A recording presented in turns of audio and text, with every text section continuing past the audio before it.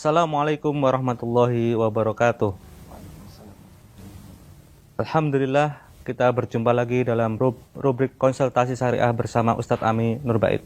Baik, kita akan membacakan pertanyaan pertama. Assalamualaikum Ustadz. Waalaikumsalam warahmatullahi. Pertanyaannya, saya sering bepergian jauh. Bagaimana cara sholat jamak qasarnya? Demikian. Alhamdulillah wassalatu wassalamu ala Rasulillah wa ala alihi wa sahbihi wa mawalah.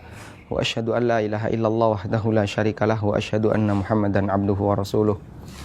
Adanya jamak qasar menunjukkan bahasanya Allah Subhanahu wa taala memberikan keringanan yang sangat besar bagi kaum muslimin, terutama ketika mereka berupaya untuk menjaga salat 5 waktu. Dan di situ ada dua hal yang perlu kita bedakan, ada jamak, ada qasar. Ini bukan satu kesatuan, sehingga bukan syarat jamak harus qasar dan sebaliknya qasar harus jamak. Tapi ini dua aturan yang berbeda. Apa itu jamak? Jamak pengertiannya adalah menggabungkan dua waktu sholat yang memungkinkan untuk digabungkan. Dan hanya ada dua waktu yang boleh digabungkan, zuhur dengan asar, maghrib dengan isya. Sedangkan subuh tidak bisa digabungkan. Subuh tidak bisa digabungkan dengan isya atau digabungkan dengan zuhur. Kalau dia digabungkan dengan isya berarti sholat subuh sebelum waktu. Kalau digabungkan dengan zuhur berarti sholat subuh setelah waktu, sehingga dia sholat sendirian. Sementara qasar pengertiannya adalah memendekkan sholat rubaiyah yang jumlahnya 4 rakaat. Hanya sholat rubaiyah yang jumlahnya 4 rakaat dipendekkan sehingga dikerjakan hanya tinggal 2 rakaat. Karena itu ketika ada orang yang melakukan sholat jamak qasar, berarti dia mengerjakan sholat 4 rakaat menjadi 2 rakaat dan digabungkan antara zuhur dengan asar atau maghrib dengan isya. Dari pengertian ini, maka yang tidak bisa diqasar ada 2 sholat. Pertama sholat subuh dan yang kedua sholat maghrib. Karena dia tidak bisa diparuh. Kalau sholat subuh tidak mungkin orang sholat 1 rakaat. Karena jika itu terjadi dia sholat witir, sehingga dia harus tetap 2 rakaat. Sementara untuk sholat maghrib tidak mungkin bisa diparuh, karena nggak ada istilah 1,5 rakaat. Sementara maghrib 3 rakaat, sehingga yang bisa diqasar hanya 3, zuhur, asar, dan isya. Selain itu tidak bisa. Saya pernah menyaksikan ada orang yang salah paham dalam masalah memahami qasar. Ketika dia sholat di terminal begitu, dia sholat jamak qasar maghrib dengan isya. Ketika dia sholat maghrib, dia sholat 2 rakaat. Pada saat kami ingatkan, Pak ini kurang 1 rakaat, dia bilang, saya qasar. Dan qasar harus 2 rakaat. Menurut dia maghrib juga harus diqasar, padahal itu termasuk kesalahan. Kemudian apa dalil atau kapan seorang disyariatkan untuk melakukan jamak dan seorang disyariatkan untuk melakukan qasar? Ada batasan yang perlu Anda perhatikan. Karena ini 2 aturan yang berbeda, maka masing-masing memiliki batasan yang berbeda. Untuk qasar yang perlu kita tanamkan adalah qasar sama dengan safar. Qasar sama dengan safar. Artinya kalau orang mau qasar, maka syaratnya 1, dia harus musafir. Kalau dia bukan musafir, maka dia belum boleh qasar. Sekalipun dia sangat capek, sangat lelah, bahkan meskipun dia sakit, kepalanya pusing, tidak bisa sholat lama misalnya, tapi dia tidak musafir, ketika sholat zuhur tetap wajib 4, ketika sholat asar tetap wajib 4, demikian pula ketika sholat isya, tidak boleh qasar di situ. Ketika dalam perjalanan atau sudah sampai? Yang jelas dia harus dalam kondisi safar.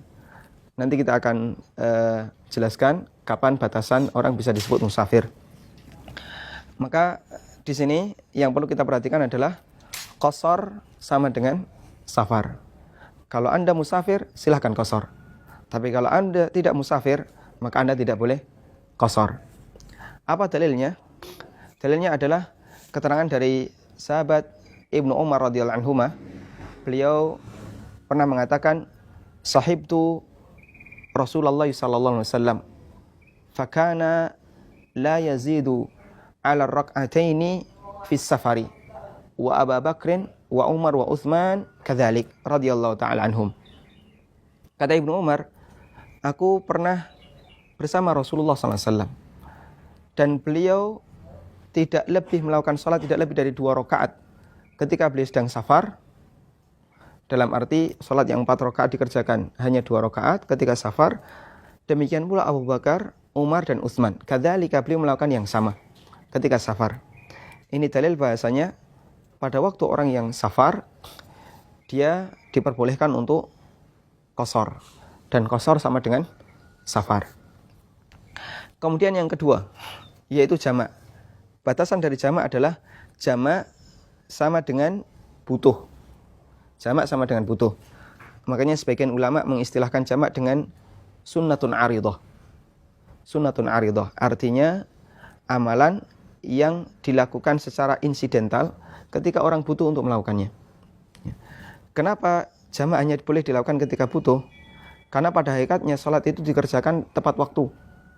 Dan Allah Subhanahu wa taala mensyariatkan salat dan Allah memberikan batas waktunya masing-masing. Kata Allah Subhanahu wa taala, Inna salata kanat 'alal mu'minina kitaban mauquta. Bahasanya salat adalah kewajiban bagi kaum yang beriman, kitaban mauquta, kewajiban yang sudah dibatasi waktunya. Sebagaimana orang tidak sah salat sebelum waktu, orang juga tidak sah salat setelah waktu. Sementara jamak sifatnya pengecualian. Dia menggabungkan 2 waktu salat dalam waktu yang bersamaan. Bisa dilakukan sebelum waktu di salat yang pertama, sehingga salat yang kedua dilakukan sebelum waktu, atau bisa dilakukan di salat yang kedua sehingga salat yang pertama dilakukan setelah waktu. Kalau dalam istilah itu takhir sama salat. Bisa dilakukan takdim, ditaruh di awal waktu, atau bisa ditakhir, ditaruh di akhir waktu, dan dua-duanya boleh. Kembali kepada kebutuhan. Siapa yang butuh jamak, silahkan jamak. Sehingga siapa yang tidak butuh jamak, dia tidak boleh jamak. Karena itu jamak tidak identik dengan safar. Bolehkah orang yang tidak safar melakukan jamak? Boleh, silahkan. Selama dia butuh. Sebagaimana orang yang safar juga boleh melakukan jamak ketika dia butuh. Bahkan ketika musafir, dia tidak butuh jamak, maka dia tidak boleh jamak. Dia harus tetap melaksanakan sholat tepat pada waktunya. Misalnya, ada seorang musafir yang singgah. Sebagaimana musafir boleh jamak ketika dia butuh, dan sebaliknya musafir juga tidak boleh jamak ketika dia tidak butuh. Misalnya musafir yang singgah di sebuah tempat, atau dia menginap di tempat saudaranya, atau di hotel. Sementara di situ kondisinya longgar, dia tidak mendesak, waktunya lapang, maka dia bisa melakukan sholat 5 waktu tepat waktu. Setiap adzan dia nganggur, dia kosong. Dalam kondisi ini, dia tidak boleh untuk melakukan jamak. Kalau qashar dia boleh. Sehingga belum tentu antara qashar dan jamak digabung. Tapi kalau musafir itu betul-betul butuh jamak, misalnya dia dalam perjalanan, kalau dia harus tepat waktu akan kerepotan. Karena dia mungkin masih di jalan, nanti nggak bisa mampir masjid, atau nggak dapat air wudhu, maka dia boleh jamak. Dan di saat yang sama dia qashar. Pada kesempatan itulah, dia menggabungkan kedua-duanya, jamak sekaligus qashar. Ini batasan yang perlu kita perhatikan. Sekarang mungkin Anda akan bertanya, apa dalil kalau jamak itu harus sesuai kebutuhan? Dalilnya adalah pernyataan Ibnu Abbas radhiyallahu anhuma dalam hadis yang diriwayatkan oleh Muslim. Beliau pernah mengatakan, jama'a Rasulullah sallallahu alaihi wasallam baina adh-dhuhri wal 'ashri wal maghribi wal 'isya bil madinati min ghairi khaufin wala matar. Rawahu Muslim. Kata Ibnu Abbas, Rasulullah sallallahu alaihi wasallam menjama' antara zuhur dan asar, maghrib dengan isya di Madinah. Berarti beliau tidak sedang safar. Beliau lakukan itu di Madinah bersama para sahabatnya. Min ghairi khaufin wala matar. Bukan karena alasan takut, bukan karena alasan suasana genting, misalnya ada orang dari luar yang mau nyerang, wala matar, dan bukan juga karena alasan hujan. Ketika Ibnu Abbas ditanya, kenapa Rasulullah SAW melakukan itu? Kata Ibnu Abbas, kaila yuharrija ummatahu. Karena beliau tidak ingin memberatkan umatnya. Berarti ini dalil latar belakang kenapa Nabi SAW melakukan jamak di Madinah adalah karena beliau ada sebab, butuh beliau, yaitu tidak ingin memberatkan umatnya. Karena itu dalam masalah jamak ketika orang butuh silahkan. Sekalipun dia tidak sedang safar. Misalnya ada orang yang sedang sakit ya. Ada orang yang sedang sakit, kemudian dia butuh untuk istirahat lebih panjang. Akhirnya dia sholat maghrib sekaligus jamak dengan isya, terus dia tidur. Mungkin sampai subuh dia baru bangun. Atau ketika ada orang yang mau menjalani operasi atau persalinan, sementara dia belum keluar nifas misalnya, kemudian dia ingin melakukan sholat, maka bisa dijamak, biar nanti rentang waktunya lebih panjang, karena sesuai kebutuhan.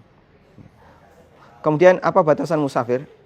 Jadi musafir, ulama berbeda pendapat tentang batasannya, dan kita gunakan pendapat jumhur ulama. Jumhur ulama mengatakan batasan safar adalah ketika orang sudah melakukan perjalanan dalam jarak sejauh 4 barid. 4 barid itu kalau kemudian dikonversi dengan ukuran di zaman kita kurang lebih 80 kilo. Ketika seorang sudah melakukan perjalanan sejauh 80 kilo, maka dia sudah berstatus sebagai musafir.